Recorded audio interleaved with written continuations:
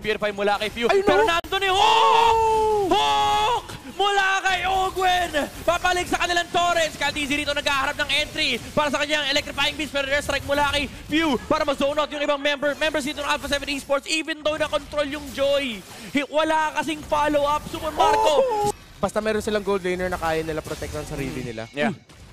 Okay. Umampas naman na. Wala na yung hold defense. Uy! Tekashi! With Grabe! the trigger kick! Pero na-strike mula dito kay Few. Pero tumama dito yung mga damage.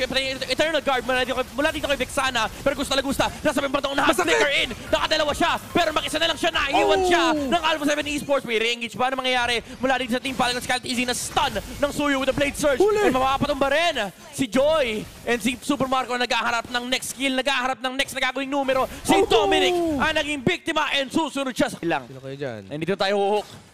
Naghahanap ng pwesto rito si Ogwen! Flicker hook!